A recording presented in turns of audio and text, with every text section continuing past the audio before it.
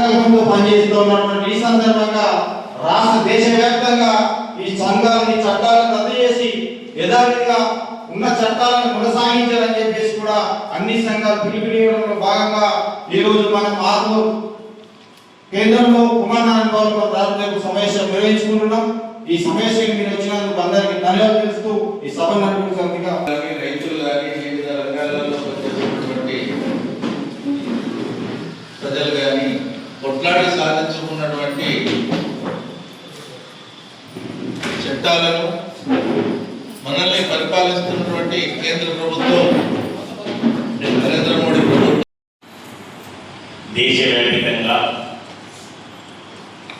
BJP ప్రభుత్వం అధికారంలోకి వచ్చిన తర్వాత అంటే 2014 నుండి ప్రధానంగా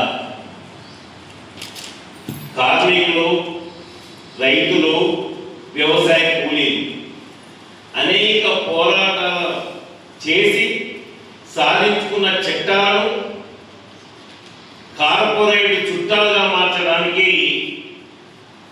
అనేక మార్పులు తీసుకొచ్చిన బీజేపీ ప్రభుత్వానికి వ్యతిరేకంగా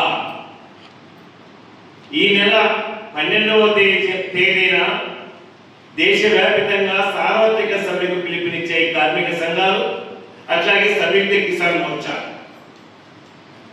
అందుకని ఈ సార్వత్రిక సమ్మెలో చర్చించాల్సిన ప్రజానీకం దగ్గరికి తీసుకెళ్లి చైతన్యవంతం చేయడానికి ఈ మతోన్మాద బీజేపీ ప్రభుత్వం యొక్క గుట్టు రట్టు చేయడానికి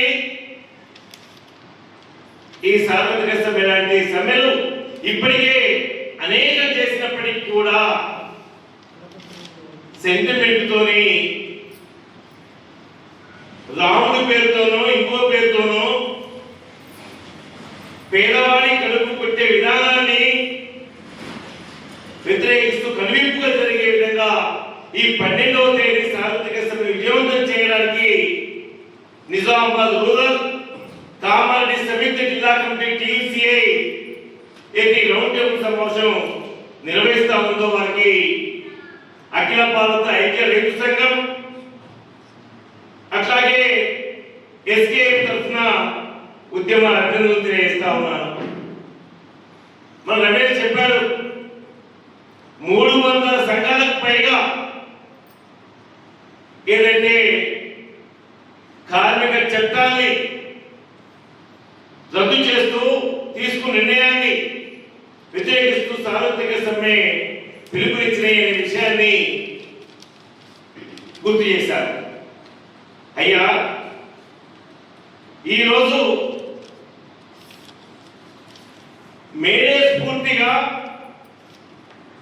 8 గంటల పని దినాన్ని సాధించుకున్న ఆ చట్టాన్ని కానీ పోరాటాల ఫలితంగా మనం ముద్ర చేసినట్లు బ్రిటిష్ కాలంలోనే యూనియన్ పెట్టుకునే హక్కుని కార్మిక అనుకూల చట్టాల్ని సాధించుకున్న చట్టాన్ని సైతం ఒక కలం కోరుతూ రద్దు చేసి దీనికి కాకమ్మ కథలు చెప్తా ఉన్నారు. కార్మికుల్ని అట్లాగే రైతుల్ని అంచివేసి కార్పొరేట్ రంగాలకు కట్టబెట్టినటువంటి కుట్ర జరుగుతుందో చాలా స్పష్టంగా చెప్పారు. అంటే ప్రపంచంలో గత అనుభవాలు చూస్తే ఎక్కడైనా పోరాటాలు విజయం అయినాయంటే కార్మికులు ఐక్యంగా ఉండటం వల్లనే ఆ పోరాటాలు తొందరగా విజయవంతమైనాయి. అదే రైతాంగానికి వచ్చేసరికి ఎక్కడ చూసినా కానీ దీర్ఘకాలిక పోరాటాలే కానీ అవి ఎప్పుడు మనం అనుకున్న లక్ష్యాన్ని చేరుకుంటామో చెప్పలేనటువంటి పరిస్థితి. అంటే రైతాంగం అంతా కూడా ఐక్యం కాలేక ఆ పోరాటం నిరంతరం కొనసాగుతూనే ఉంటుంది. అంటే మన దేశానికి చైనాకు అట్లాగే రష్యా పోరాటాలు చూస్తే రష్యాలో విజయవంతమైందంటే కేవలం కార్మికులు కాబట్టి అది అనుకున్నటువంటి స్థాయిలో విజయవంతమైంది. అదే చైనా చూసుకున్నా విజయవంతం అయినా కానీ తిరిగి విఫలమైంది అని అంటే ఇంకా రైతాంగం అంతా కూడా ఎక్కువ ఉన్నారు కాబట్టి అక్కడ ఒకవేళ అయినా విఫలమైందనంటే పరిస్థితి. మన దేశంలో కూడా రైతాంగమే 70% ఉన్నారు.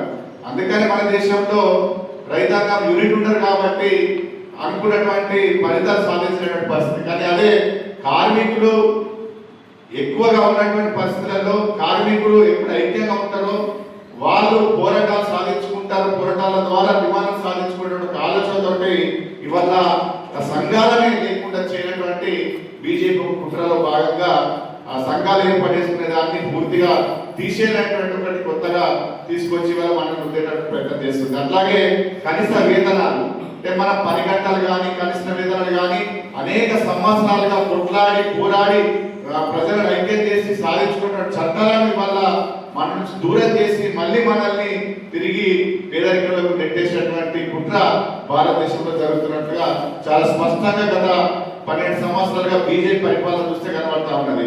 ఇవాళ ఇక్కడ చూసుకుంటే 178 రూపాయలు వేతనము ఉండేటట్టుగా నెలకు 4,620 రూపాయలు పెరగకుండా ఉండాలనేటటువంటి ఒక కుట్ర చేస్తున్నారంటే ఒక మనిషి